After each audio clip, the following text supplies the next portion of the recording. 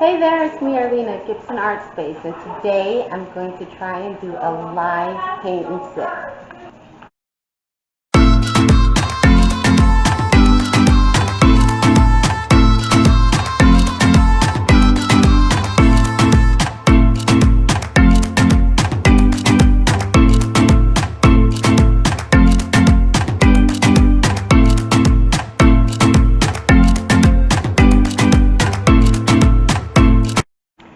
Okay, so we're setting up for the paint and sip.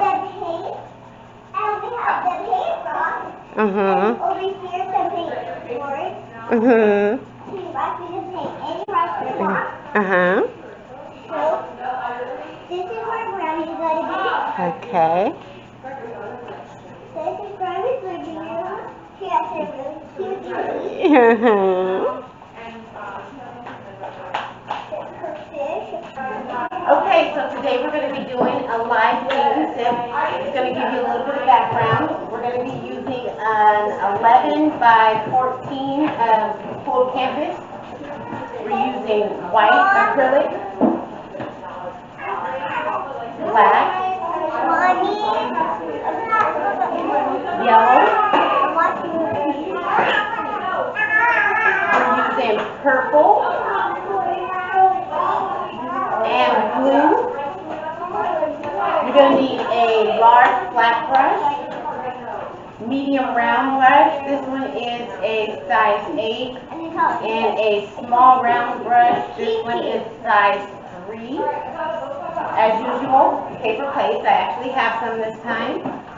And you need a cup of water and napkins. Okay, so I'm going to have everybody find their seats and then grab your drinks. And this one's actually kid friendly. They're not drinking alcohol, just so you know. We're drinking apple cider. So yeah. So I have music playing in the background, so I just realized I do have to narrate this, so I'll do my best. What I'm explaining is to take your large flat brush and get it wet in the water, and then you're going to put it into the blue paint, and you're going to create a blue line across the top 1/3, I believe it is, of your painting. I think it's about 4 inches thick there. You want to just go in. You can add more paint if you need to, a little more water if you need to loosen it up, and just paint a nice thick blue line there.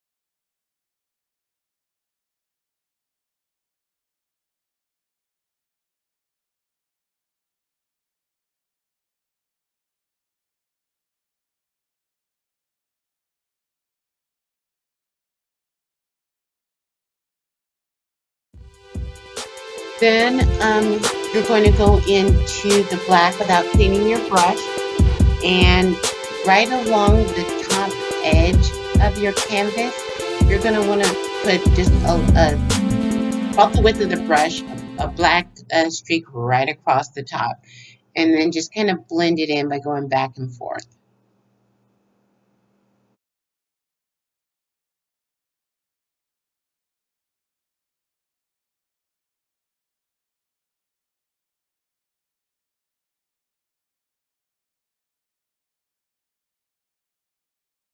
After that, we're going to go ahead and clean our brush by wiping it off on the paper towel.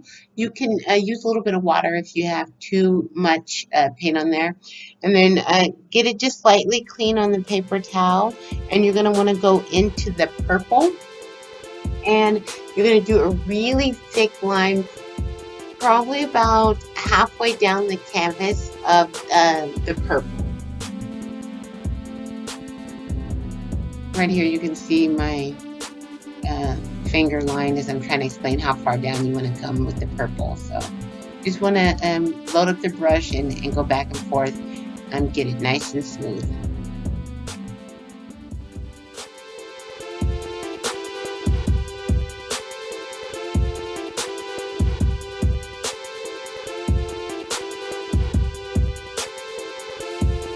make sure you blend that in well. You don't want any white showing through the back in between your blue and your purple.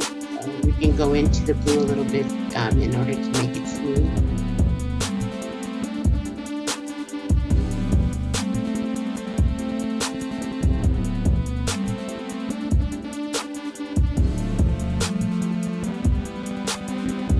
The thing I like about the live paint and sip is that you can be a little more interactive. So I was able to like step away from the canvas and help people, which is really nice.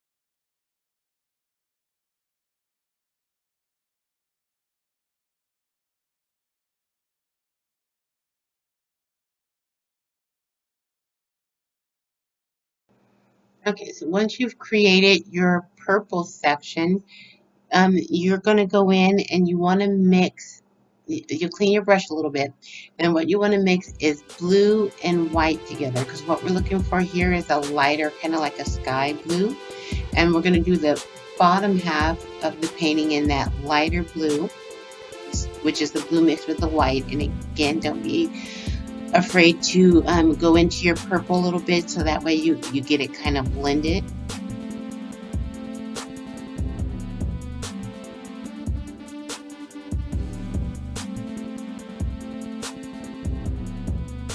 And just, yeah, go all the way down with it, run a little bit into the purple, make it nice and smooth. See how it's giving that like variation there, so it actually looks kind of like a sunset, colors fading in each other. I also add a little more water. My paint was getting a little thick, so anytime you need to loosen up the paint a little bit, just dab your brush into the water and then go back on the canvas. Just make sure you don't do too much, although you can fix it. You don't want to get so much water in there that your paint kind of runs down in like a water stream. But just right at the top of the water is where you want to put the brush in, take it back out, and then keep painting. And I'm smoothing over, blending everything in here.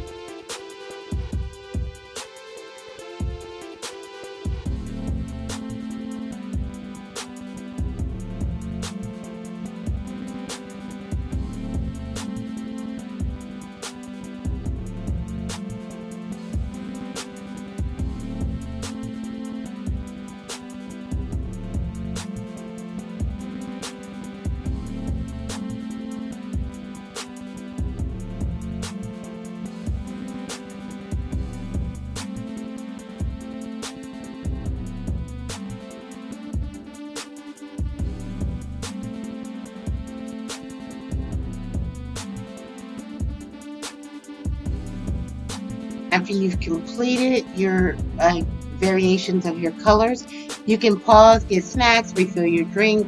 This is where you want to pause and let your background dry so we can move on to the next step.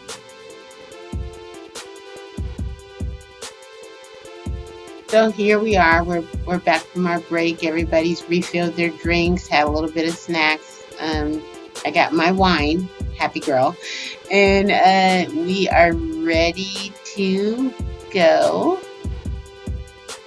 You can see one of the babies there. They were actually painting rocks on the side of us so they could feel like they were doing something artistic too. It's, you know, art's for everybody. There's our dry painting, and we are going to move on to the next step.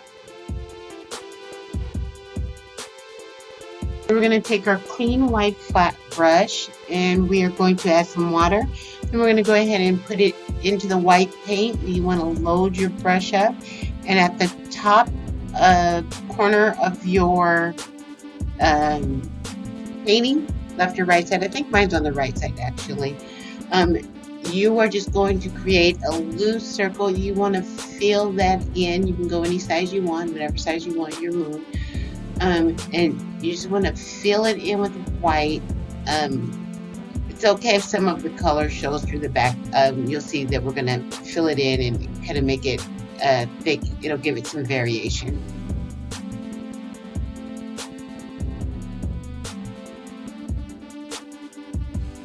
Referring through here, see how you can see a little bit of my purple still in the background there? It's not like completely covered.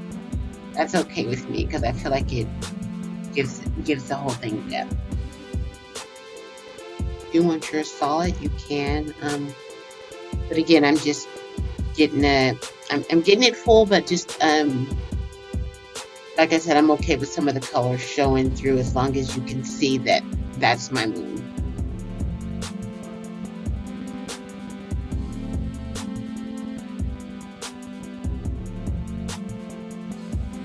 Referring through here, see how you can see a little bit of my purple still in the background there? It's not like completely covered. That's okay with me because I feel like it gives the whole thing depth. If you want yours solid, you can. But again, I'm just getting I'm getting it full, but just like I said, I'm okay with some of the colors showing through as long as you can see that that's my moon.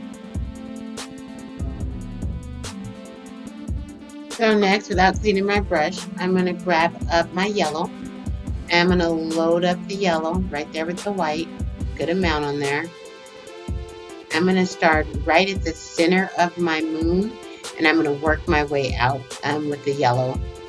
Again, because I want it to have a little more depth. So I'm just doing a nice circles.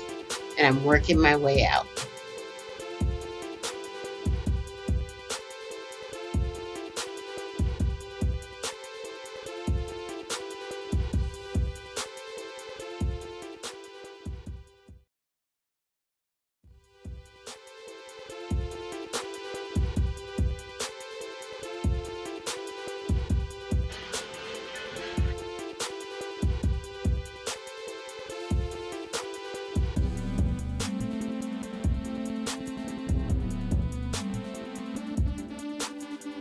Next, you're going to take your paintbrush and see right where my finger's pointing.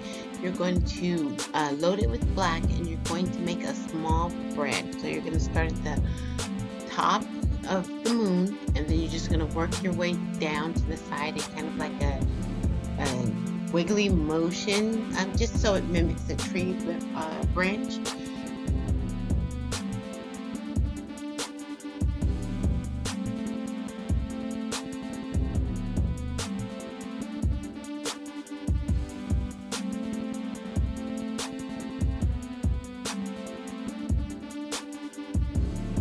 So I'm going to come in again with the black paint. I'm just filling in some white spaces there at the top so it looks like a full-on branch. Then I'm going to go to the center, maybe closer to the other edge, and I'm going to do a longer line down. This one's going to come all the way down and go right into that blue sky at the bottom. And I'm directing you there with my brush. So I'm just following it down again, making that branch shape. Don't be worried if you run out of paint because we can go back in and darken the lines, but we just want to remember our, set the area for where our branch is actually at. So you see I'm running out of paint here, but I'm just going to go in with my brush, reload it with black paint, and then fill it in so it's nice and solid.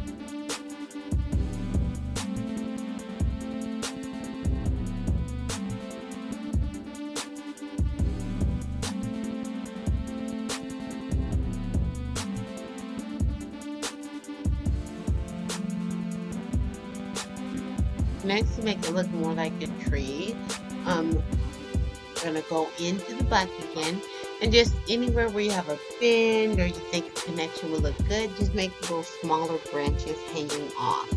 So doing mine in a couple areas. You can just kind of freestyle it depending on where you bent your tree. Just make some little branches.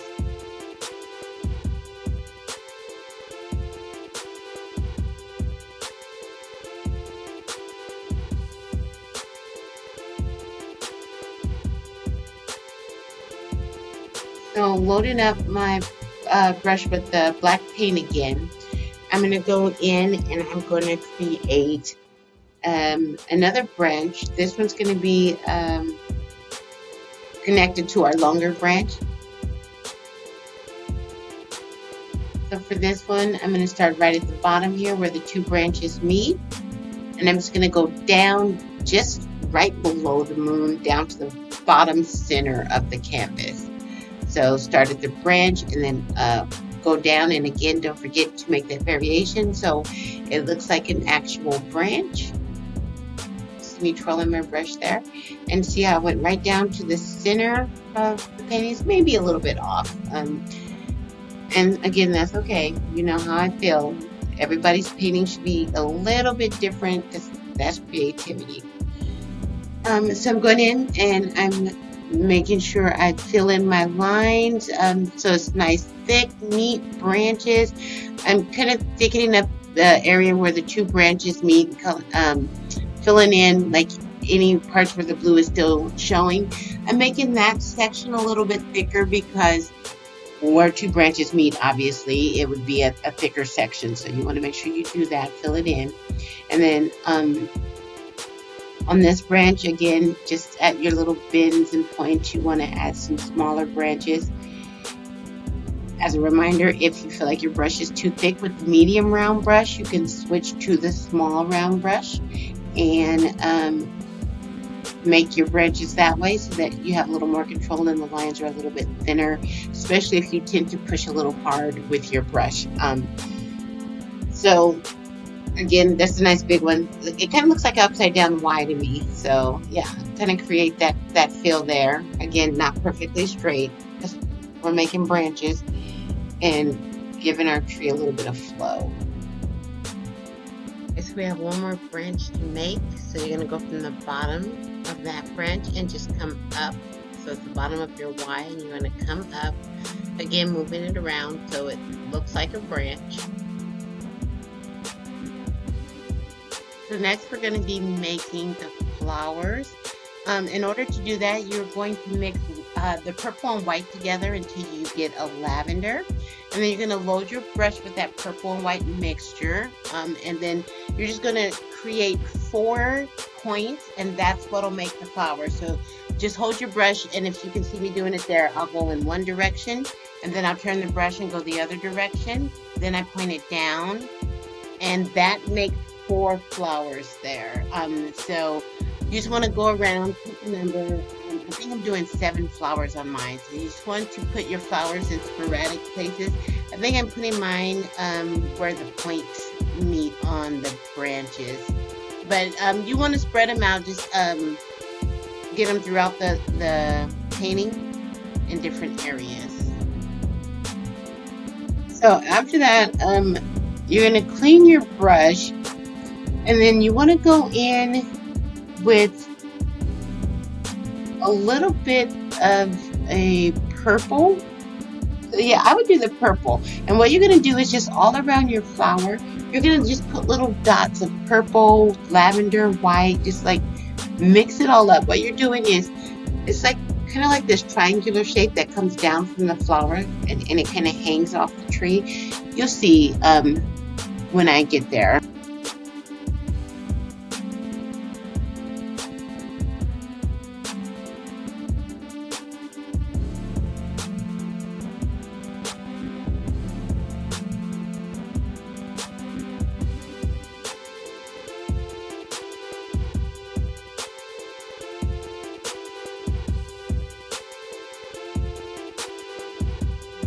It all over the canvas, be creative with it. See, I'm mixing dark and purple.